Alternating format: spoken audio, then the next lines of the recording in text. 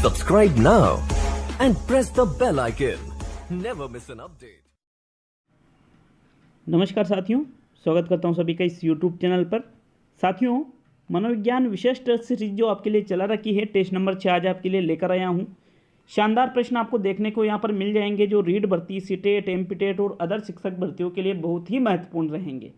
मित्रों, टेस्ट 1 से टेस्ट 5 तक जो कन्फ्यूजन वाले प्रश्न थे उसकी सॉल्यूशन क्लास मैंने आपको उपलब्ध करा दी है, और साथ ही शिक्षण विधियों के जो टेस्ट 1 से टेस्ट 10 तक आपके जो आपको ऐसा लगता है कि ये कन्फ्यूजन वाले प्रश्न हैं, आपने जो कमेंट बॉक्स में लिखे थे, उन सभी का जो सॉल्यूशन है वो मैंने वीडियो अपलोड कर दिया है। तो उस वीडियो को जरूर देखिएगा। जो हिंदी की शिक्षण विधियाँ देखता है वो तो उस वीडियो को 101% देखिएगा साथियों। चलिए शुरू करते हैं इस टेस्ट को।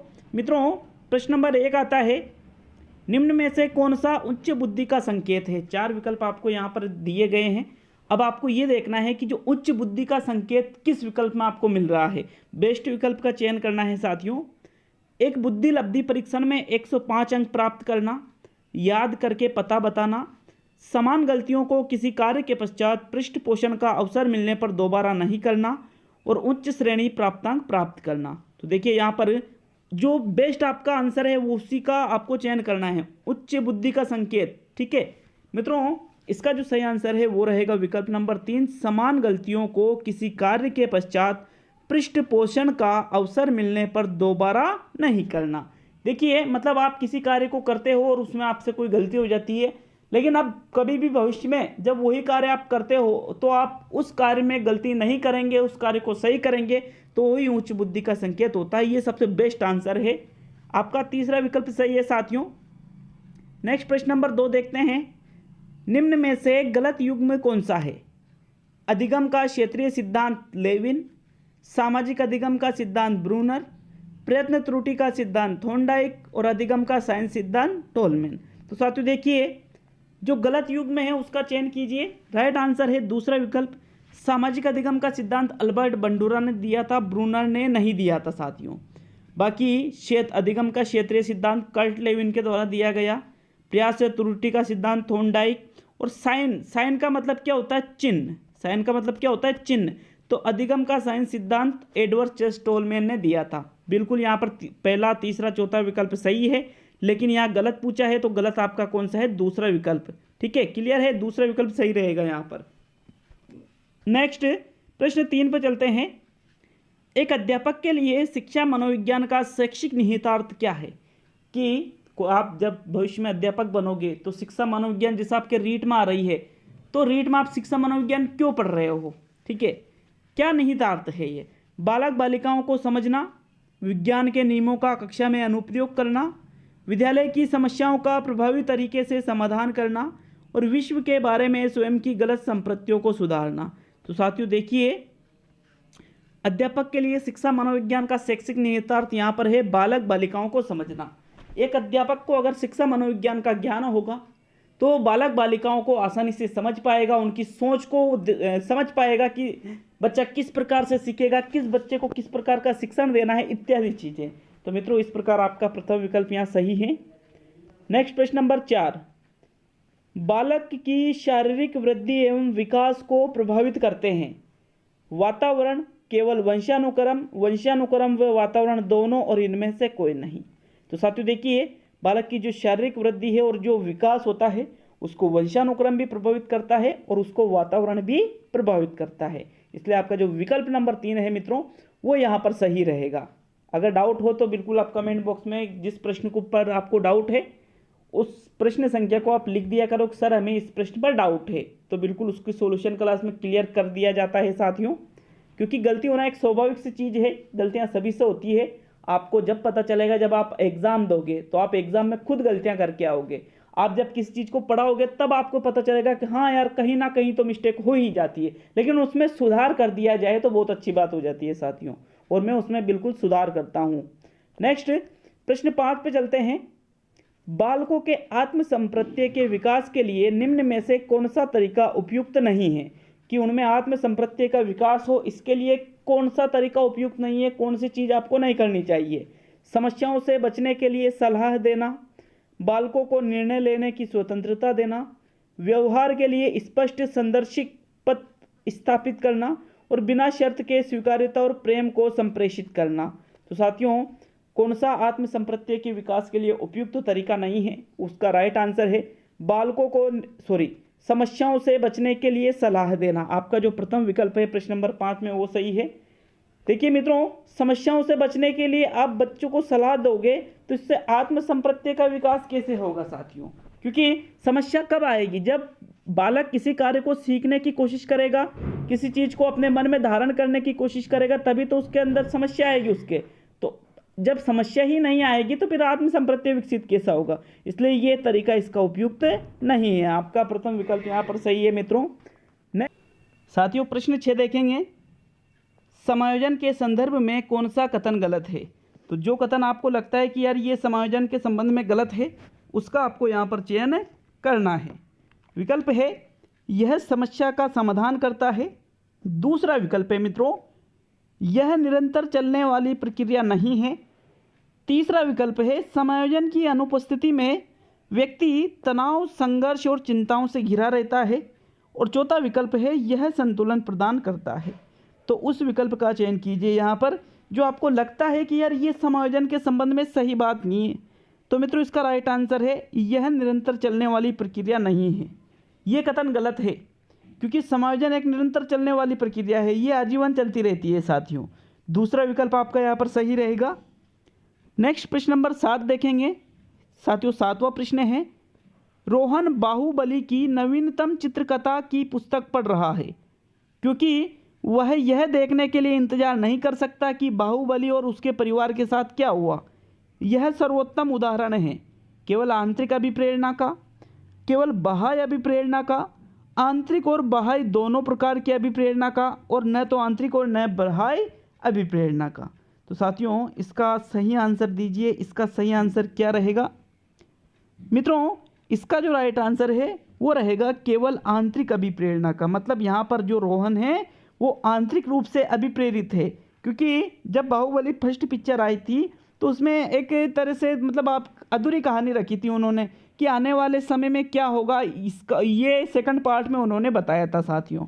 तो जो रोहन नाम का जो लड़का है वो सेकंड पार्ट का वेट किए बिना ही उससे संबंधित जो चित्रकथा है उसको पढ़ने लग जाता है। तो ये क्या है वो कि इसका सीधा सा मतलब ये है कि वो आंतरिक रूप से अभिप्रेरित है साथियों। प्रथम विकल्प आपका यहाँ पर सही है। नेक्स्ट प्रश्न नंबर 8 पे चलते हैं। प्रेरणा प्रबलन ह्रास का सिद्धांत के प्रदाता है। प्रेरणा प्रबलन ह्रास का सिद्धांत किसने दिया है? आपको इसका सही आंसर देना है साथियों। विकल्प है फ्रायड, मेस्लो, केवसन और हल। तो साथियों देखिए यहाँ पर प्रेरणा प्रबलन का जो सिद्धांत है वो देने वाले थे C.L. हल, क्लार्क लेविल हल इनका पूरा नाम है। इन्होंने ही प्रेरणा प्रबलन ह्रास का सिद्धांत दिया था। आपका जो विकल्प नंबर 4 है साथियों यहाँ पर वो बिल्कुल सही रहेगा। नेक्स्ट प्रश्न नंबर 9 पे आते हैं। एक कक्षा में विद्यार्थी समूहों में, जो विद्यार्थी समूह होते हैं उसमें एक परियोजना पर मिलकर कार्य करते हैं। जो देखो कि भाई विद्यार्थी है वो समूहों में मिलकर परियोजना पर कार्य कर रहे हैं, तो ये किस प्रकार का उदाहरण है?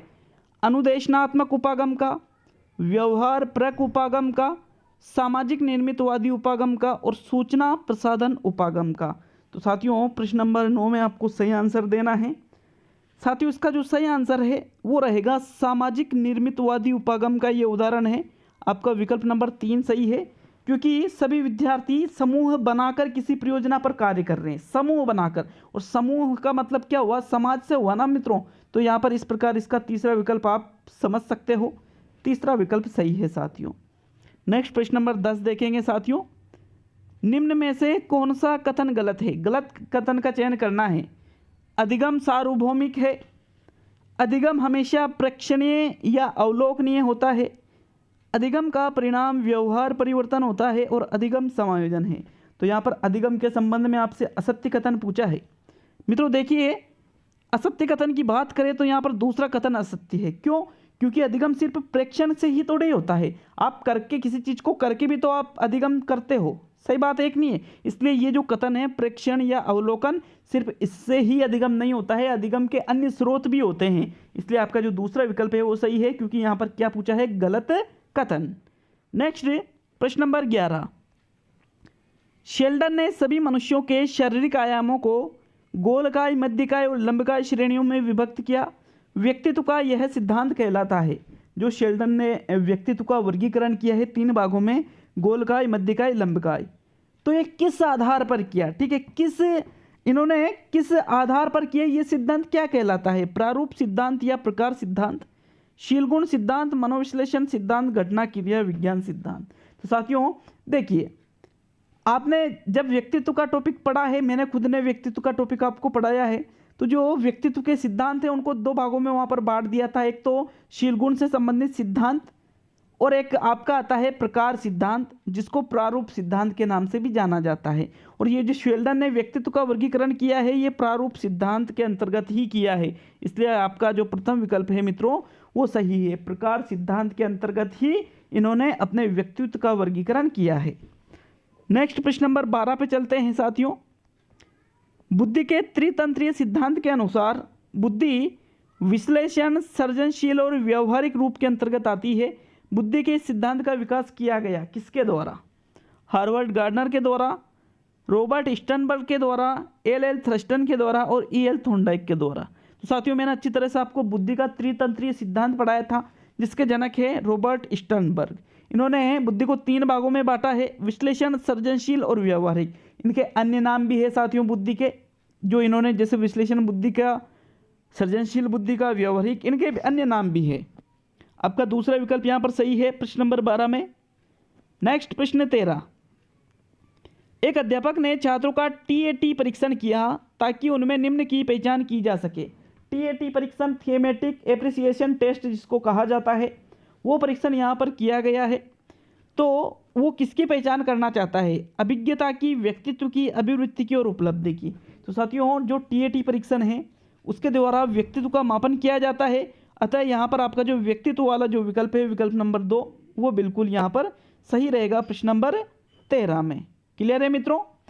चलिए अगले प्रश्न की ओर बढ़ेंगे। प्रश्न नंबर 14। निम्न में से कौन सा कथन बालक और प्रौढ़ के संवेगों के बारे में सही नहीं है? कि भाई जो बालक के संवेग होते हैं, जो प्रौढ़ का आप सभी अर्थ समझते हो, बड़ा व्यक्ति, ठीक है, किशोर अवस्था के बाद में आती है प्रौढ़ अवस्था। तो किशोर और प्रौढ़ के जो संवेग है उस संबंध में कौन सा कथन सही नहीं है, उसको आपका चयन करना है। यहाँ पे बालक प्रौढ़ से अधिक स्वैच्छिक रूप से संवेगों को प्रदर्शित करता है। बालक के संवेग प्रौढ़ की तुलना में कम होते हैं। बालक प्रौढ़ की तुलना में क्षीण उद्दीपक के प्रति भी संवेगात्मक व्यवहार करता है और प्रौढ़ के संवेग बालक की तुलना में तुरंत परिवर्तित होते हैं। तो साथियों यहाँ पर आपको जो सही नहीं है उसका सही आंसर देना है कि कौन सा कथन यहाँ पर बालक और प्रौढ़ के जो संवेग होते हैं उसके संबंध में सही नहीं है। तो मित्रों यहाँ पर राइट आंसर है चौथा विकल्प की जो प्रौढ़ के संवेग है वो बालक की तुलना में तुरंत परिवर्तित नहीं होते हैं। क्योंकि देखिए आपने देखा होगा कि बालक के जो संवेग है वो तो परिवर्तित होते रहते हैं। जैसे किसी बात पर बालक डर जाता है, थोड़ी देर बाद वो रोकर वो बंद हो जाता है उसका रोना। बालक किसी चीज़ को मांगने लगता है, थोड़ी देर रोता है और फिर वो बंद हो जाता है उस चीज़ के लिए। तो लेकिन क्या हम ऐसा करते हैं, जैसे हम कहते हैं ना कि मुझे मोबाइल चाहिए, अपने पापा मम्मी से बोलते हो आप कि मुझे मोबाइल चाहिए, वो कहते हैं कि है नहीं दे रहे। 30 मिनट 1 घंटा ऐसा थोड़ी होगा 30 मिनट 1 घंटे के बाद आप मांगना छोड़ दोगे। क्या आपके संवेग मात्र 10-15 मिनट की रहेंगे? नहीं रहेंगे, लंबे समय तक रहेंगी वो चीज़। तो साथियों ये कथन गलत है कि प्रौढ़ के संवेग बालक की तुलना में तुरंत परिवर्तित होते हैं, ये गलत है। तुरंत परिवर्तित नहीं होते हैं, ये कथन होता है सही। अब आप अगर सोच रहे हो कि सर इसका दूसरा विकल्प भी सही है कि बालक के संवेग प्रौढ़ की तुलना में कम होते हैं, तो ये कथन गलत नहीं है। बालक में कम संवेग होते हैं, प्रौढ़ में ज़्यादा संवेग होते हैं, सही बात है ये तो। इसलिए आपका दूसरा विकल्प यहाँ सही नहीं है, ओनली चौथा ही विकल्प सही रहेगा। नेक्स्ट प्रश्न नंबर 15 पे चलते हैं। जिन प्रतिक्रियाओं को सीखने के उपरांत संतुष्टि प्राप्त होती है उन्हें सीख लिया जाता है कहलाता है। प्रभाव का नियम, तत्परता का नियम, सापेक्षता का नियम और कल्पना का नियम। तो यहाँ पर थॉर्नडाइक के नियम आ गए ये तो भैया। तो राइट आंसर बता दीजिए। अब ये तो बड़ा इजी प्रश्न लग रहा है मुझे, तो आपको भी बहुत इजी लग रहा होगा क्योंकि आप तो बहुत अच्छे स्टूडेंट हो, आप बहुत पढ़ चुके हो। गलत नहीं होना चाहिए क्वेश्चन। तो साथियों यहाँ पर राइट आंसर है प्रभाव का नियम। प्रभाव का नियम है साथियों ये। इसमें 2 उपनियम चलते हैं, संतोष और असंतोष का नियम। यहाँ क्या कर रहा है, प्रश्न क्या कह रहा है कि आप कोई प्रतिक्रिया करते हो, उससे आपको संतुष्टि मिलती है और आप उस चीज़ को सीख लेते हो, तो मतलब उसका आपको प्रभाव पड़ गया है। तो प्रभाव का नियम के अंतर्गत ही ये आते हैं साथियों संतोष और असंतोष का नियम। प्रथम विकल्प सही है। नेक्स्ट प्रश्न नंबर 16, केटल का संस्कृति मुक्त परीक्षण बुद्धि का एक प्रकार का परीक्षण है। व्यक्तिगत शाब्दिक परीक्षण, सामूहिक शाब्दिक परीक्षण, अशाब्दिक परीक्षण और शाब्दिक और अशाब्दिक दोनों। बताइए राइट आंसर कि जो केटल ने संस्कृति मुक्त परीक्षण दिया है, बुद्धि का एक परीक्षण है, ये किस श्रेणी में रखा जाता है मित्रों? तो साथियों यहाँ पर राइट आंसर है आपका जो विकल्प नंबर 3 है, अशाब्दिक बुद्धि परीक्षण है मित्रों। ये कौन सा परीक्षण है? ये अशाब्दिक बुद्धि परीक्षण। आपका जो तीसरा विकल्प है साथियों वो आपका बिल्कुल सही आंसर है। नेक्स्ट प्रश्न नंबर 17, निम्न में से कौन सा कथन अधिगम के बारे में सर्वाधिक उपयुक्त है?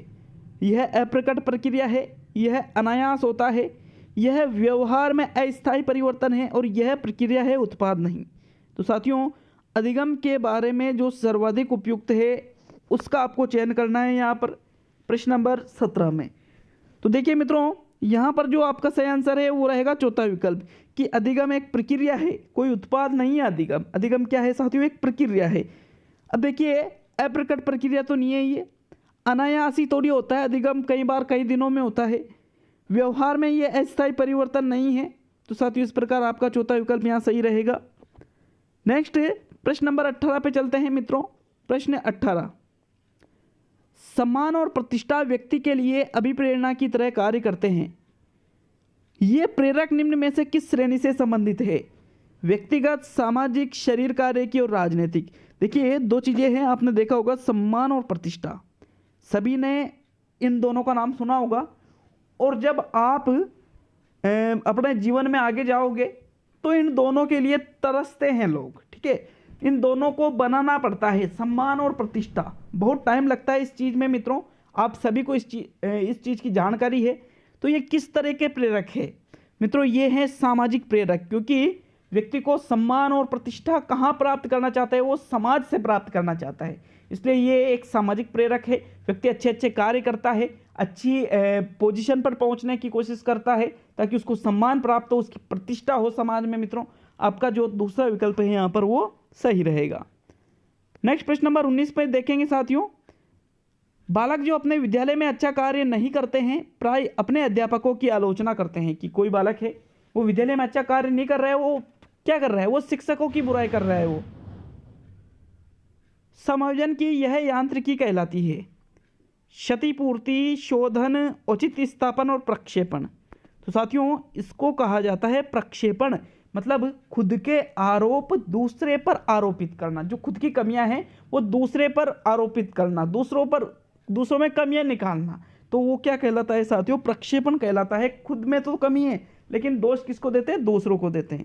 तो आपका जो चौथा विकल्प है यहाँ पर प्रश्न नंबर 19 में वो बिल्कुल सही आंसर है साथियों। आज का प्रश्न नंबर 20 और अंतिम प्रश्न देखेंगे, लेकिन हमें सपोर्ट कीजिएगा मित्रों चैनल को सब्सक्राइब करके। अगर आपको वीडियो अच्छा लगता है तो लाइक भी कर दीजिएगा एक छोटा सा। आज का अंतिम प्रश्न नंबर 20 देखते हैं। निम्न में से कौन सी व्यक्तित्व आकलन की प्रक्षेपी तकनीक नहीं है? तो जो देखिए व्यक्तित्व मापन की विधियां मैंने आपको पढ़ा रखी है, प्रक्षेपी अप्रक्षेपी सभी प्रकार की।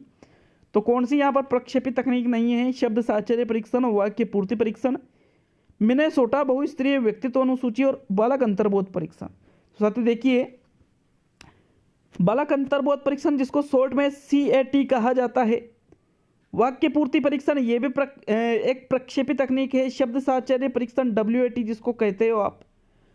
तो साथियों यहाँ पर ये तीनों तो प्रक्षेपी तकनीक है और ये जो मिनेसोटा बहुस्तरीय व्यक्तित्व अनुसूची है ये प्रक्षेपी तकनीक नहीं है साथियों, इसलिए आपका जो विकल्प नंबर 3 है वो सही है। देखिए कमेंट करके जाए कितने प्रश्न सही होते हैं, वीडियो कैसा लगा ये भी जरूर बता के जाए, और किसी प्रश्न पर डाउट हो तो बिल्कुल कमेंट करें। 101% सॉल्यूशन मिलेगा मित्रों, आज नहीं तो कल मिलेगा, बिल्कुल 101% मिलेगा, लेकिन चैनल से जुड़कर रहना। बहुत बहुत धन्यवाद। आप ऐसे ही आप हमारे साथ जुड़े रहते हो तो हमें बहुत अच्छा लगता है साथियों। मैं पूरी कोशिश करता हूँ कि आपको बेस्ट से बेस्ट चीज़ बिल्कुल फ्री में देने की मैं कोशिश करता हूँ। तो बहुत बहुत धन्यवाद। मिलते हैं अगले वीडियो में। जो मैंने शिक्षण वीडियो की जो टेस्ट नंबर 1 से टेस्ट नंबर 10 तक जो कन्फ्यूजन सॉल्यूशन क्लास अपलोड की उसको ज़रूर देख लीजिएगा, ठीक है। मिलते हैं अगले वीडियो में।